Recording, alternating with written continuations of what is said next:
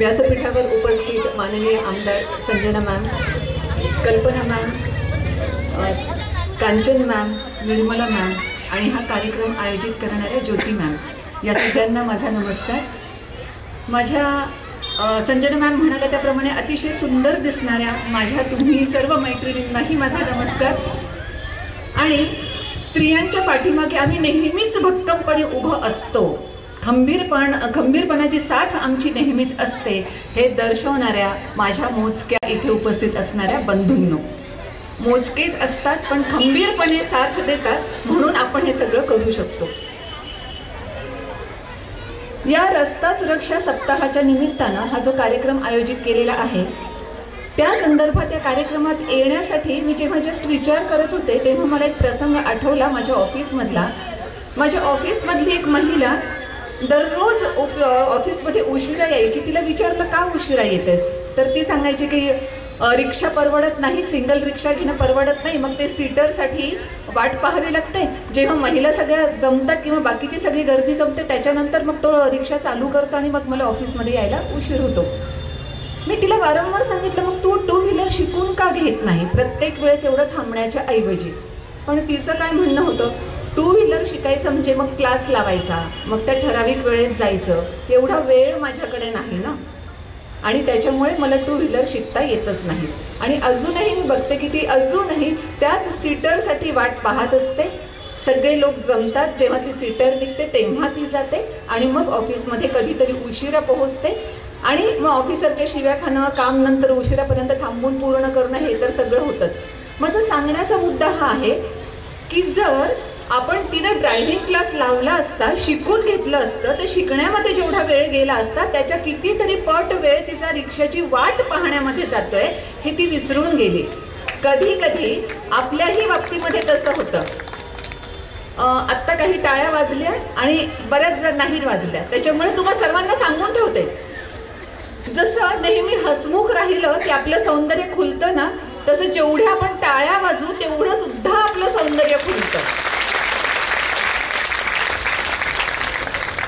आणि मॅमने सांगितलं की सिग्नल्स आपल्याला माहीत असले पाहिजे, रेड सिग्नल वगैरे वगैरे त्यांनी सांगितले.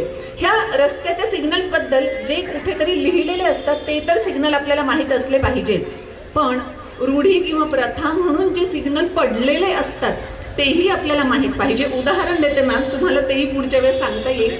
मी जेव्हा विद्यापीठामध्ये शिकत होते आणि टू व्हीलरवर विद्यापीठामध्ये जायचे तेव्हा कधी कधी मला अनुभव असा यायचा की मी माझी जाते आणि कोणीतरी तिकडून एक तरुण येतोय आणि तो हे असं करतोय. मला इतका राग यायचा. पण आता ते रस्त्यावर त्याची गाडी चाललेली, माझी गाडी चाललेली, तिथे भांडणं कुठे करणार, नाहीतर वाटायचं की त्याला पकडावं आणि जोरदार मारावं की हे असं काय करतोय म्हणून. पण हे असं बरेचदा झाल्यानंतर मला त्याचा अर्थ कळाला मॅडम, की हे असंचा काय अर्थ होता, तुम्ही अगोदर जा, मी नंतर जाईन.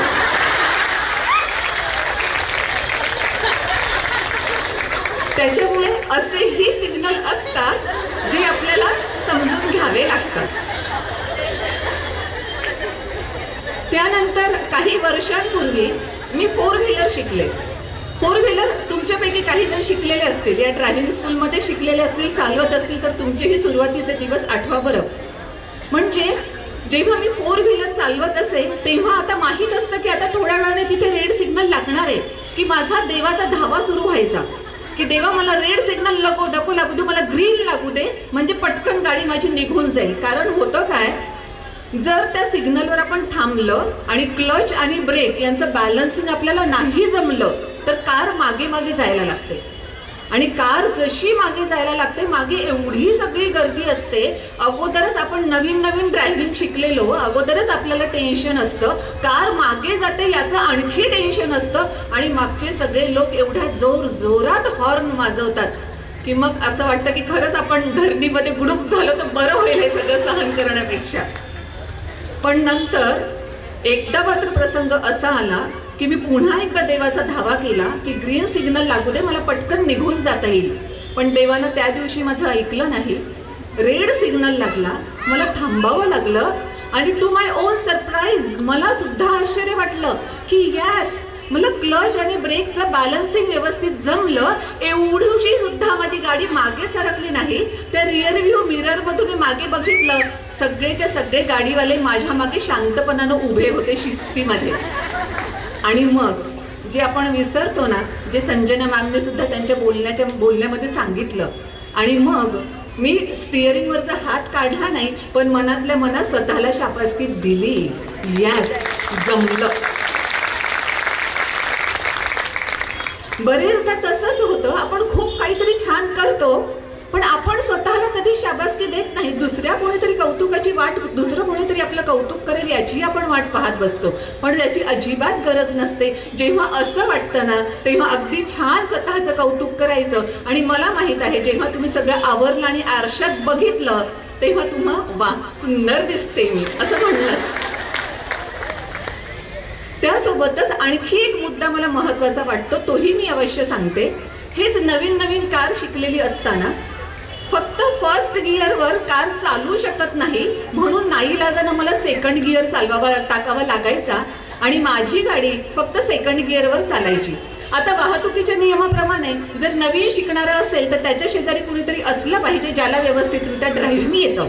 सो माझे हजबंड तिथे बसलेले असायचे आणि मी प्रॅक्टिस करायची, गाडी चालवायची. माझी सेकंड गिअरवर ढुकुटुकू गाडी चाललेली असायची, कार. आणि एकदा असं झालं, शाळा सुटली आणि शाळेतला एक मुलगा जो सायकलवर होता, जो छोटासा होता, त्यानं सायकलवरून माझ्या कारला ओव्हरटेक केलं.